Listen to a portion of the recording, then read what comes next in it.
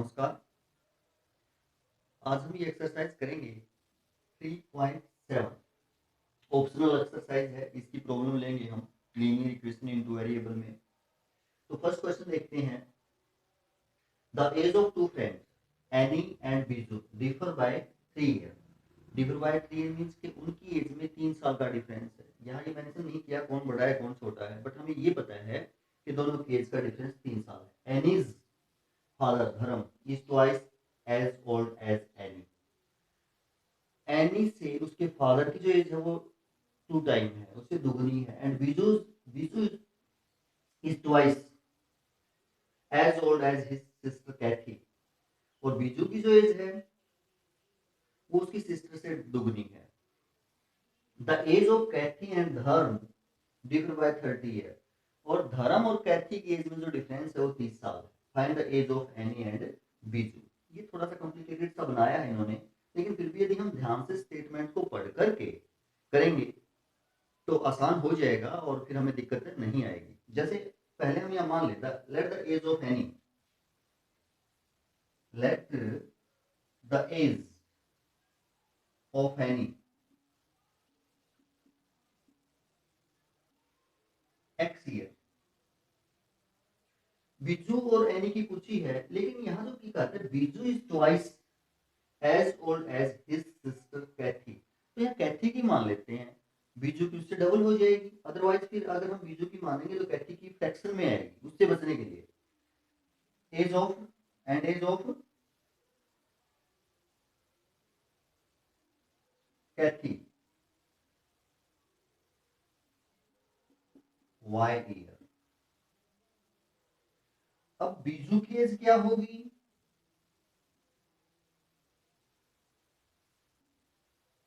आपको पता है किसने कहा है कि बीजू की एज कैथी से डबल है, दुगनी है, 2y हो जाएगी। एंड एज ऑफ धर्म क्या होगी?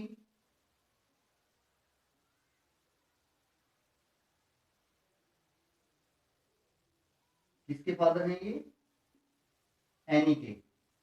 और एनी से दुगनी है इनकी एज, तो आप कह सकते हैं 2x होगी। अब हमारे पास चारों की एज है, जितने इसमें नाम लिए गए हैं उन सभी की एज है हमारे पास अकॉर्डिंग टू दिस कंडीशन। अब जैसा जैसा कहता है वैसा हम ले लेंगे और इक्वेशन बनाएंगे और सोल्व कर लेंगे। बस तो ये कहता है the age of two friend Annie and Biju differ by 3। इनकी एज का डिफरेंस 3 साल है। अब मैं करूं, हम करें x minus age of Biju to y। अब यहां हमें नहीं पता कि x बीजू से बड़ा है या बीजू एनी से बड़ा है, तो जो डिफरेंस दिया है वो प्लस माइनस ले लेंगे हम कि भाई एनी की एज में से बीजू की एज घटाएं, प्लस की भी आ सकती है। कब? यदि एनी की एज ज्यादा है, और यदि एनी की एज कम है बीजू की एज ज्यादा, तो ये माइनस किया जाएगी। तो फर्स्ट इक्वेशन दो हमारी ये बनेगी। अब अकॉर्डिंग टू सेकंड कंडीशन क्या कहता है कि डिफरेंस किसकी एज में? कैथी और धर्म की एज में 30 साल का है। अब धर्म तो एनी के फादर हैं, यहां तो हम आइडिया लगा सकते हैं। और कैथी बीजू की सिस्टर है, तो यहाँ तो हम आइडिया लगा सकते हैं कि धर्म की एज ज्यादा होगी, बड़ी होगी। तो धर्म की एज में से कैथी की एज घटाएं हम। कैथी, ये डिफरेंस होगा दोनों की एज का, और कितने ईयर है? 30। ये हमारी सेकंड इक्वेशन। अब बात ये हुई कि इस इक्वेशन के साथ यहाँ दो इक्वेशन हम दोनों को सोल्व करेंगे। दो इक्वेशन है, हम दोनों को क्या करेंगे? सोल्व। एक तो आपकी 2x minus y equal to 30 है ये।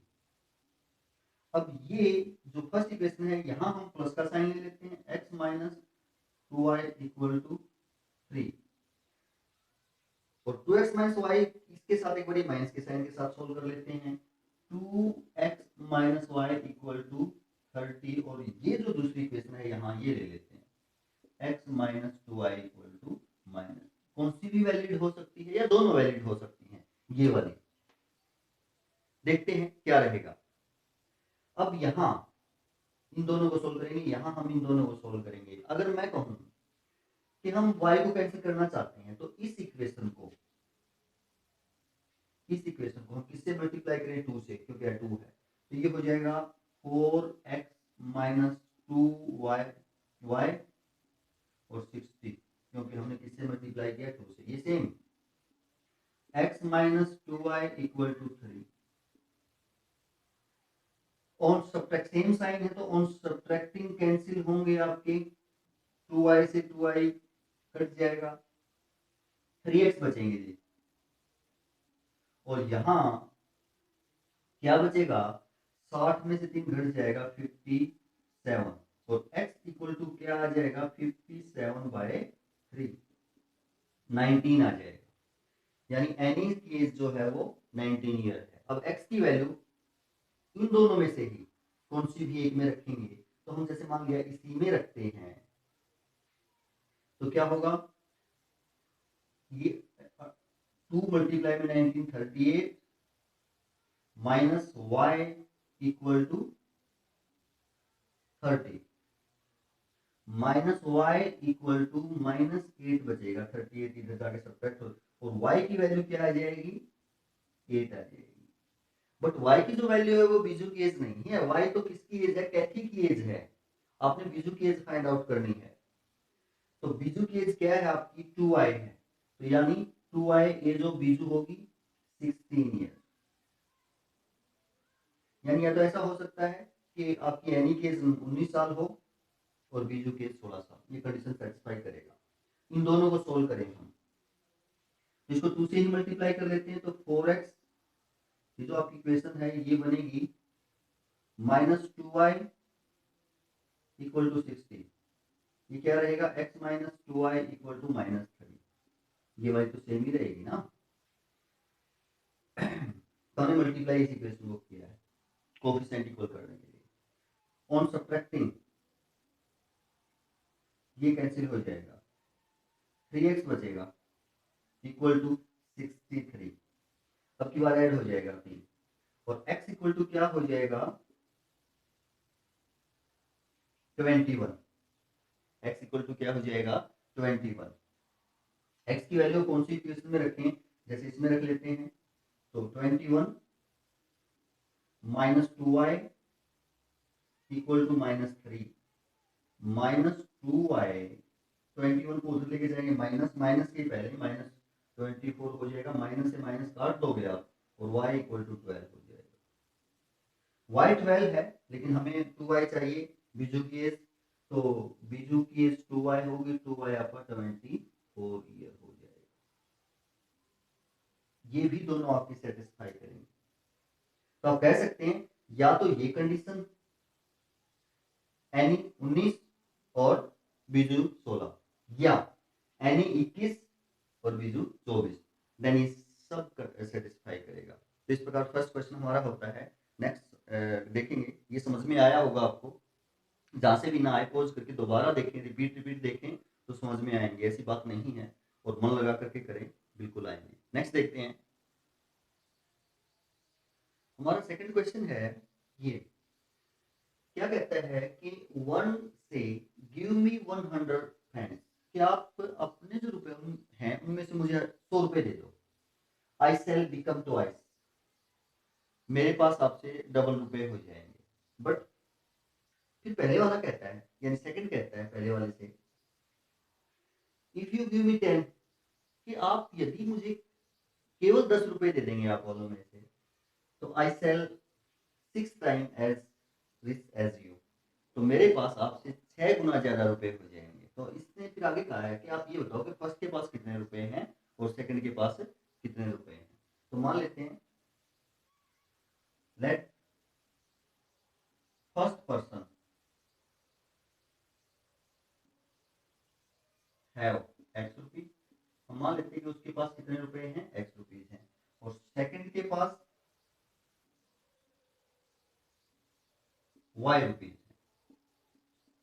अकॉर्डिंग टू फर्स्ट कंडीशन देखेंगे हम क्या कहता है। अब देखो, ये पहले वाला जिसके पास x रुपए हैं वो इसको कहता है कि आप अपने वालों में से 100 रुपए मुझे दे दो। जैसे मैं कहूँ कि इसके पास, पहले वाले के पास 500 रुपए है, सेकंड वाले के पास मान लो 700 रुपए, वैसे बस सपोज कर रहे हैं। तो पहले वाला कहता है कि आप है ना मुझे 100 रुपए दे दो, तो इसके 100 अगर ये देगा तो 100 कम होंगे इसके, और वो 100 इसमें क्या हो जाएंगे, ऐड हो जाएंगे। इसके पास 600 हो जाएंगे, इसके पास 600, यहाँ तो इक्वल हो जाते हैं ये, बट यहाँ पे कोई और पैसे होंगे तो वो कितने टाइम हो जाते हैं, 2 टाइम हो जाते हैं। तो अकॉर्डिंग टू फर्स्ट कंडीशन देखिए हम, एक्स और वाई रुपीज है इनके पास, जो एक्स जिसके पास रुपए है वो इसको कहता है कि आप मुझे 100 रुपए दे दो, तो इस अगर ये 100 रुपए देगा तो इसके 100 रुपए कम होंगे भाई, इस वाले 100 रुपए में से इसके 100 रुपए क्या होंगे, कम होंगे, और वो इसके पास आ जाएंगे, ऐड हो जाएंगे इसके रुपयों में। तो फिर ये कहता है पहले वाला कि ये जो रुपए हैं मेरे, इनसे दुगने हो जाते हैं, ये रुपए अब दुगने हैं। अगर आप इक्वल करना चाहें तो इसको 2 से मल्टीप्लाई कर दें, इक्वल हो जाएंगे ना। अगर मैं ये कहूँ कि 20 10 से 2 टाइम है, अगर हम इक्वल करना चाहें तो 10 को 2 से मल्टीप्लाई करेंगे ना, ऐसे ही किया। अब यहाँ से इक्वेशन बनेगी x plus 100 2y minus 200, multiply करेंगे तो x minus 2y equal to minus 300, 200 इधर ले जाओगे माइनस, इक्वेशन फर्स्ट हो जाएगी यार।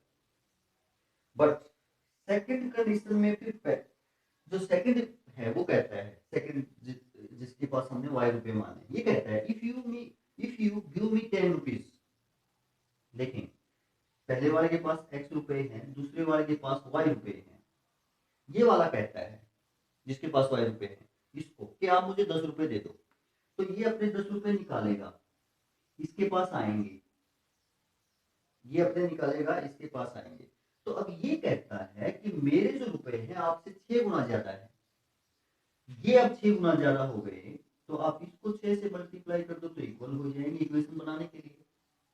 अब देखो यदि हम इसको सोल्व करते हैं, इक्वेशन बनाते हैं, 6x माइनस 60 और इक्वल टू y प्लस 10, तो 6x minus y equal to minus plus 70, ये रह जाएगा तो प्लस 70 हो जाएगी। ये आपकी सेकेंड इक्वेशन हो गई।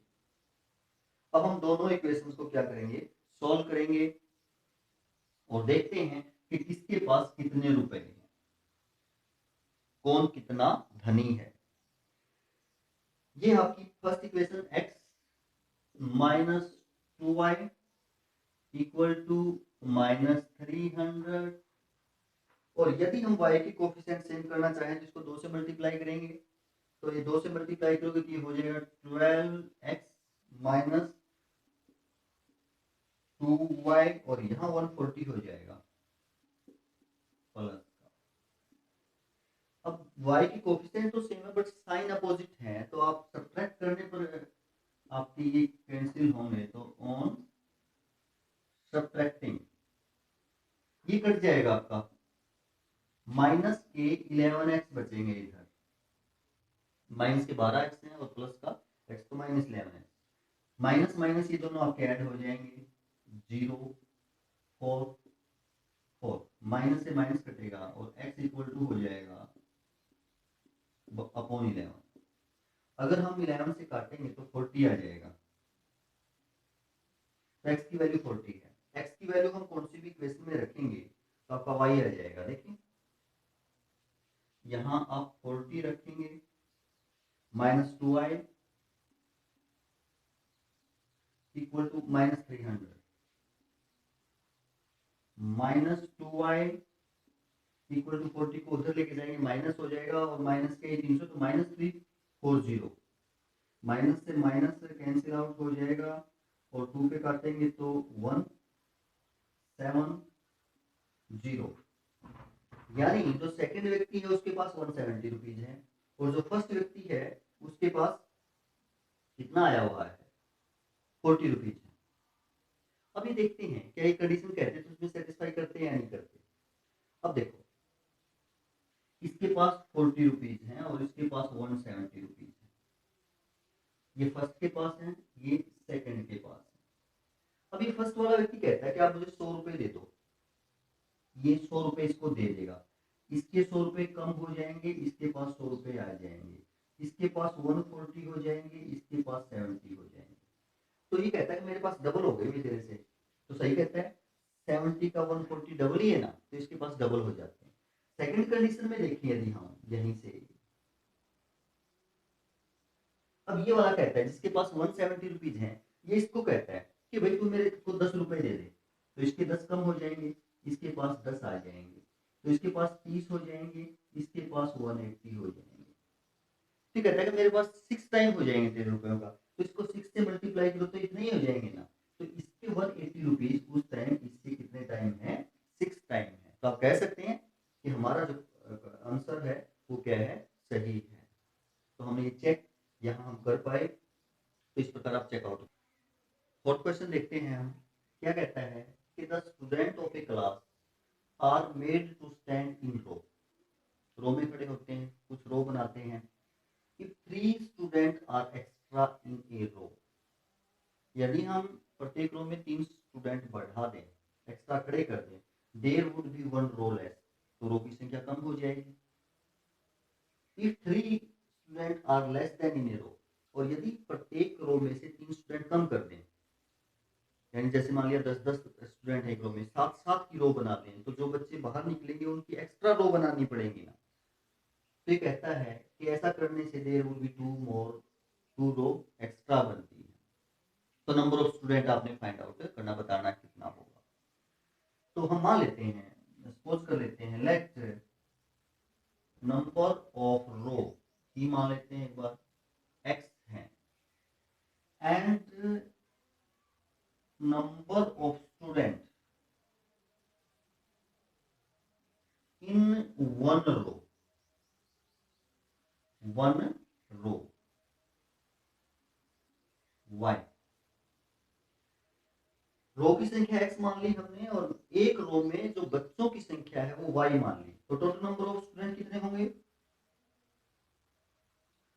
टोटल नंबर ऑफ स्टूडेंट,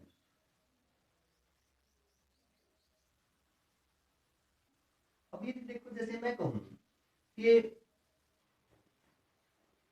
4 रो है और एक रो में हम 5 बच्चे खड़े करते हैं, तो टोटल कितने बच्चे हुए, जितनी रो है मल्टीप्लाई में एक रो में जितने बच्चे हैं, ऐसे ही फाइंड आउट करेंगे ना। 4 रो है आपकी, 4, एक रो में 5 बच्चे मल्टीप्लाई करते हैं 20, तो ऐसे हम बच्चों की संख्या फाइंड आउट कर सकते हैं। तो यहाँ क्या होगा, नंबर ऑफ रो मल्टीप्लाई में number of student in 1 row. तो यहाँ तक हम पहुंचे। अब जैसा ही कहता है उसके अकॉर्डिंग हम देखते हैं क्या बनेगा। According to first condition, according to first condition क्या बनेगी हमारी, ये कहता है कि 3 student are extra in a row, हमारी रो की संख्या कितनी है x, और एक रो में बच्चों की संख्या कितनी है y, और ये कहता है कि यदि हम 3 ज्यादा बच्चे बैठा दें, तो पहले आपकी रो में बच्चों की संख्या y है और 3 और बढ़ा दें आप, तो इतने एक रो में बच्चों की संख्या हो जाएगी, एक रो में बच्चों की संख्या y+3 हो जाएगी यदि हम एक रो में 3 बच्चे बढ़ाएंगे, तो प्रत्येक रो में, तो रो की संख्या कम होगी। पहले x है, तो ऐसा करने से कहता है कि there would be 1 row less, एक रो कम हो जाती है, यानी रो की संख्या कितनी हो जाएगी, x-1। अब देखिए नई सिचुएशन में, तो हमारे पास रो कितनी है, x-1, एक रो में बच्चों की संख्या कितनी है, y+3, और यदि हम दोनों की मल्टीप्लाई करते हैं, नंबर ऑफ रो और number of student in 1 row, तो टोटल नंबर ऑफ स्टूडेंट आ जाएंगे ना। तो अकॉर्डिंग टू देखेंगे condition first, x-1 number of row, number of student in 1 row equal to number of student होगा कि टोटल स्टूडेंट कितने, और टोटल स्टूडेंट आपके हैं x y। इसको सोल्व करते हैं, एक्स वाई की मल्टीप्लाई एक्स वाई होगी, x की और 3 की मल्टीप्लाई 3x होगी, -y-1 की और y की मल्टीप्लाई, और -3 -1 और 3 की मल्टीप्लाई, और इक्वल टू क्या है, एक्स वाई से एक्स वाई कैंसिल हो जाएगा आपका, ये बनेगी 3x - y -3 इक्वल टू 0, 3 को उधर लेके जाएंगे तो आपका प्लस का 3 हो जाएगा। फर्स्ट इक्वेशन मान लीजिए। सेकंड देखते हैं अब। सेकंड जैसा कहता है उसके अकॉर्डिंग चलेंगे। क्या कहता है सेकंड पढ़ेंगे हम। सेकंड में कहता है कि यदि हम रो में बच्चों की संख्या कम कर दें, रो में बच्चों की संख्या कम कर दें, और कितनी कम कर दें, प्रत्येक रो में 3 कम कर दें। पहले प्रत्येक रो में y बच्चे हैं, अब प्रत्येक रो में y-3 हो जाएंगे। हर एक रो में y-3 बच्चे हो जाएंगे। तो ऐसा करने से कहता है 2 रो एक्स्ट्रा बनती है। पहले रो की संख्या कितनी है x, तो अब कितनी रो बनेगी x प्लस 2, ये रो बनेगी। तो नंबर ऑफ स्टूडेंट कितने होंगे, तो जितनी रो है मल्टीप्लाई में जितने एक रो में बच्चे हैं, तो आप ऐसा कर देंगे x plus 2 number of row, number of student in one row, और इक्वल टू टोटल स्टूडेंट हो जाएगा। टोटल स्टूडेंट कितने हैं आपके x y, मल्टीप्लाई करेंगे x y, x की ओर -3 की तो -3x, 2 की ओर y की मल्टीप्लाई 2y, 2 की ओर -3 की -6 इक्वल टू xy। यहाँ भी xy से xy कैंसिल हो जाएगा, उधर लेके जाएंगे तो ये इक्वेशन बनेगी आपकी -3x प्लस 2y और इक्वल टू 6। ये आपकी सेकंड इक्वेशन है। अब हमें दोनों इक्वेशन को सोल्व करना है। कोएफिशिएंट इक्वल करके अगर एलिमिनेशन मेथड से करेंगे तो x के कोएफिशिएंट सेम है, साइन भी अपोजिट है, तो ऑन एडिंग आपके कैंसिल हो जाएंगे। तो हम ऐड करेंगे equation first and second. Adding first and second. First क्या है आपकी 3x minus y, 3x minus y equal to 3, यही है जी। हाँ जी। सेकंड क्या है -3x plus 2y equal to 6, cut ही जाएगा ऑन एडिंग, y बचेगा इधर, तो क्योंकि 2y प्लस के हैं और y माइनस के हैं तो आपका प्लस का y बचेगा इधर 9। मींस कि एक रो में बच्चों की संख्या 9 है। हमने y किसको माना है कि एक रो में कितने बच्चे हैं, तो एक रो में बच्चों की संख्या कितनी है 9। अब हम x निकालते हैं कि रो की संख्या कितनी है, रो की संख्या कितनी है वो देखते हैं। तो पुट करेंगे हम किसी में भी, या तो फर्स्ट में या सेकंड में। आपकी फर्स्ट इक्वेशन ये है 3x माइनस y की जगह 9 लिखेंगे और equal to 3, 3x equal to इधर लेके आएंगे आप, कितना हो जाएगा 12, और x इक्वल टू क्या हो जाएगा 4। x इक्वल टू आपका क्या हो जाएगा 4 हो जाएगा। तो टोटल नंबर ऑफ स्टूडेंट कितने होंगे आपके xy, number of student xy यानी 9 मल्टीप्लाई में 4, 36 स्टूडेंट हो जाएंगे। तो टोटल नंबर ऑफ स्टूडेंट कितने होंगे 36। तो इस प्रकार का कंसेप्ट भी आपको समझ में आया होगा, आशा है कि आपको समझ में आया होगा और आप अच्छे से इसको कर पाएंगे। नेक्स्ट क्वेश्चन देखते हैं हमारा क्या रहेगा। क्वेश्चन नंबर 5 है ट्रायंगल से रिलेटेड। किसी ट्रायंगल में ये एंगल्स का रिलेशन दिया हुआ है कि इस प्रकार हैं आपके एंगल, तो वो एंगल फाइंड आउट करने हैं। अब आपको पता है अगर ये ट्रायंगल के एंगल हैं तो sum of interior angle of triangle 180 होता है, इस बात का हमें पता है। हम यह रिलेशन देखते हैं कैसे। एक तो ये है कि ये और ये तीनों इक्वल हैं, तो हम अलग अलग भी इक्वल रख सकते हैं। हम ऐसा कर सकते हैं कि angle C 3 into angle B है, angle C 2 into angle A plus angle B भी लिख सकते हैं, और हम इसको और इसको भी इक्वल रख सकते हैं। तीनों इक्वल है, अलग अलग हम किसी को इक्वल रख सकते हैं। यानी हमें यहाँ से ये पता है ये रिलेशन का। अब आपको पता है कि अगर ये किसी ट्रायंगल के एंगल हैं तो sum of interior angle of triangle, मान लिया कि ये जैसे आपकी ट्रायंगल है ए बी सी, तो ऐसा होगा, वी नो दैट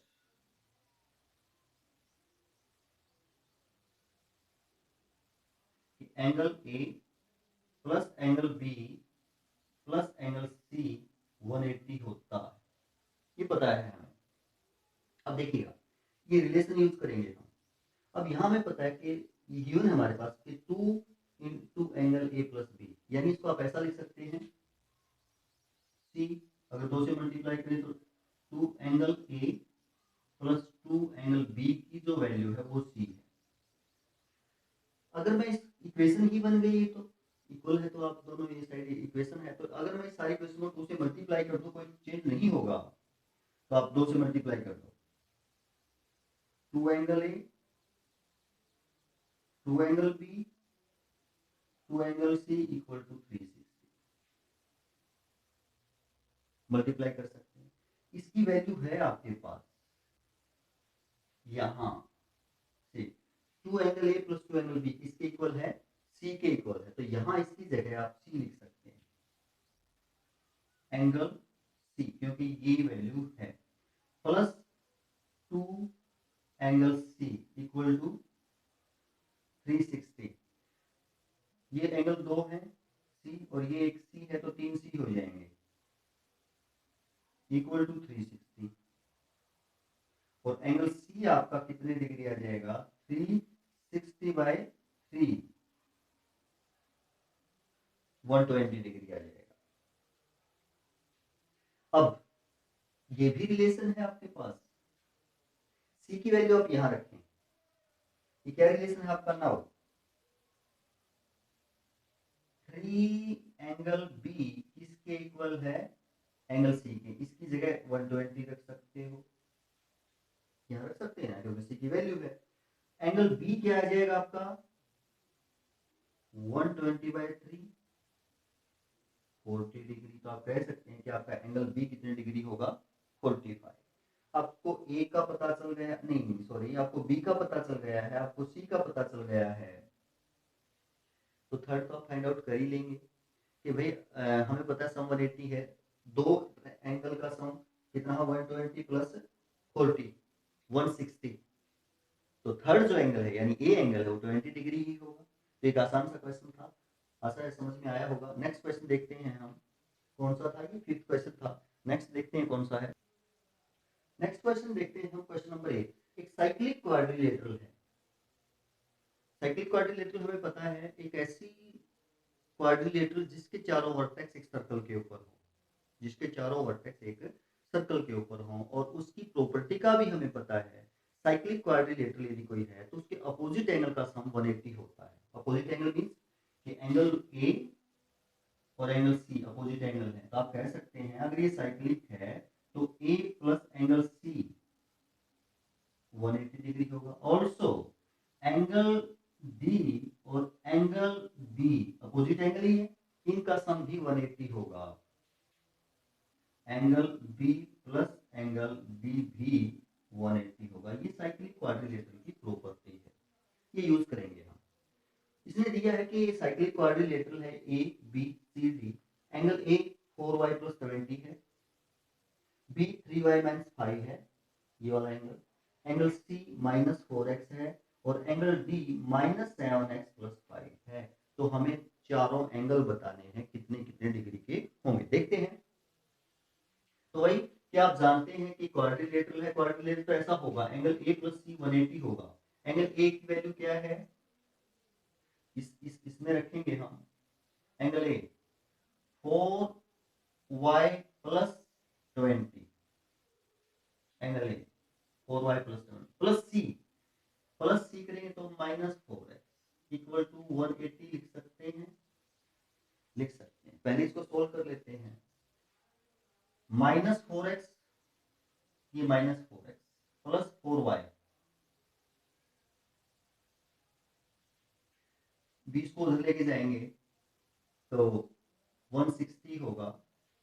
4 से डिवाइड कर देते हैं, सारी इक्वेशन को 4 से क्या कर देते हैं divide, minus x plus y और 40, ये आपकी फर्स्ट इक्वेशन हो जाएगी। एंगल ए प्लस सी हमने 180 रखा, क्यों रखा, क्योंकि क्वाड्रिलेटरल के अपोजिट एंगल का सम 180 होता है। इसी प्रकार हम b प्लस डी भी 180 रखेंगे। b की वैल्यू क्या है 3y माइनस 5 प्लस करेंगे इसके अंदर ये माइनस 7x, यहां कर सकते हो आप, माइनस का है 7x प्लस 5 इक्वल टू 180। ये आपकी इक्वेशन बनेगी माइनस 7x प्लस 3y, ये माइनस से 5 और कैंसिल इक्वल टू 180 ही रहेगा। ये आपकी सेकंड इक्वेशन हो जाएगी। अब यदि हमें इन्हें सोल्व करना है, करते हैं हम कोफिशिएंट सेम कर लेते हैं, या x के या y के। अगर x के कोफिशिएंट सेम करेंगे तो यहाँ में 7 से मल्टीप्लाई करनी पड़ेगी, और यदि y के कोफिशिएंट सेम करते हैं तो 3 से मल्टीप्लाई करनी पड़ेगी। 3 से छोटा रहेगा तो आप 3 से इसको मल्टीप्लाई कर लें फर्स्ट इक्वेशन को। इसको 3 से मल्टीप्लाई करेंगे तो माइनस 3x 3y प्लस, और यहाँ 3 से करेंगे तो 120, यहाँ 120 हो जाएगा। अब सेम साइन है तो आपको सब्ट्रैक्ट करना पड़ेगा, तो साइन आपके चेंज हो जाएंगे। 3y प्लस का है 3y माइनस का है तो आप कैंसिल कर पाएंगे। माइनस के 7x प्लस के 3x तो माइनस 4x होगा इक्वल टू 180 प्लस है 120 माइनस है तो 60 बचेंगे, और x की वैल्यू आपकी माइनस 15 आ जाएगी। माइनस 4 है, आप डिवाइड ले जाएंगे 60 अपॉन माइनस 4 तो माइनस 15 आ जाएगा। x की वैल्यू हम फर्स्ट इक्वेशन में रखें तो y आ जाएगा माइनस, x की जगह माइनस 15 रखेंगे तो प्लस 15 हो जाएगा, प्लस y इक्वल टू 40 और y इक्वल टू 40 माइनस 15। तो y की जो वैल्यू है वो क्या हो जाएगी 25। x और y हमारे एंगल नहीं है, हमारे एंगल तो ये है। फाइंड आउट करेंगे एंगल ए। एंगल ए क्या है 4y प्लस 20, 4y, y क्या है आपका 25, 4y प्लस 20 तो 25 से 4 की मल्टीप्लाई करेंगे 100 प्लस 20 तो 120 हो जाएगा। Angle B 3y minus 5, 3y, y 25 रखेंगे यहाँ पे 75 माइनस 5 70 हो जाएगा। Angle C minus 4x, minus 4 की मल्टीप्लाई करेंगे x की वैल्यू के साथ। x की वैल्यू कितना है आपका माइनस 15, तो माइनस 4 और माइनस 15 की वैल्यू आपकी 60 हो जाएगी। और angle D minus 7x plus 5, यानी माइनस 7x की x से मल्टीप्लाई और 5 ऐड करेंगे, माइनस 15 और माइनस 7, 15 साथ जो 105 होते हैं प्लस 5 तो 110, यही होगा जी। अब देखें क्या a और c का सम 180 होता है, a और c का सम 180 होता है। क्या b और d का सम 180 होता है, क्या b और d का सम 180 होता है। तो आप कह सकते हैं कि आपके जो आंसर है वो सही है। तो इस प्रकार आप इसको कर पाए, एक आसान सा क्वेश्चन था। तो एक्सरसाइज आपको शायद समझ आई होगी, करते रहें अच्छे से, बढ़िया से चलते रहें, बढ़ते रहें। थैंक यू, धन्यवाद।